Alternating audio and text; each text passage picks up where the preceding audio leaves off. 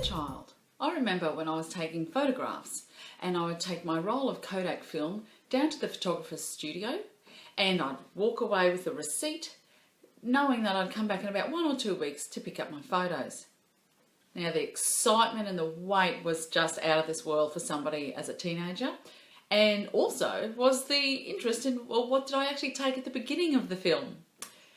So now these days I just use my camera and take a shot, look at it and decide whether I want to keep it or discard it, all within a few seconds. So with such a change in something as simple as photography, it got me thinking about how managing workplace conflict occurs.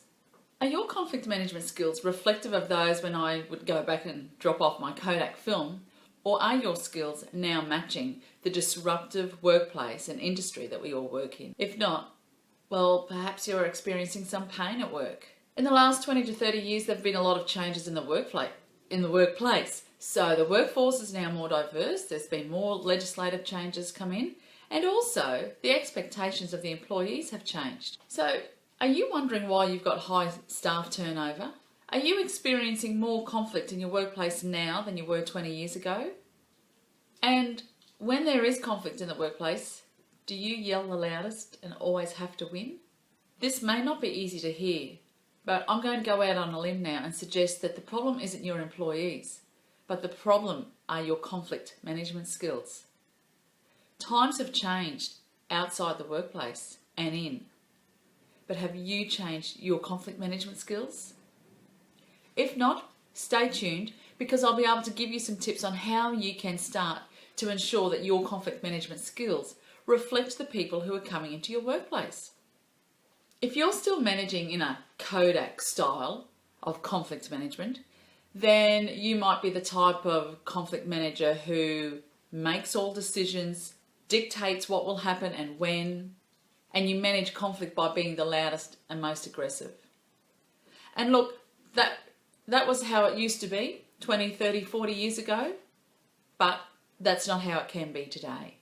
Maybe you're more of an Uber conflict manager, somebody who is adapting to the changing workforce that they see coming through their door, and somebody who's willing to work with these changes. So if you're an Uber conflict manager, that means that you value and encourage employees to speak up. It means that if there's a workplace conflict, that you manage it in such a way that the employees still have ownership over the conflict and the outcome, which they decide and then they implement. Your role is to support them.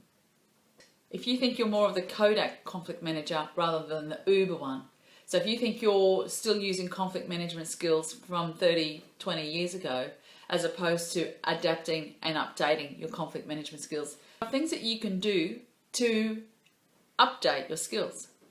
And that includes things like watching videos like this one, or reading posts, or buying books, or asking somebody who you know manages conflict well in their workplace, where they have a low staff turnover, where they have a happy workforce.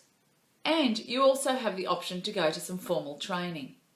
But all the other options are all free.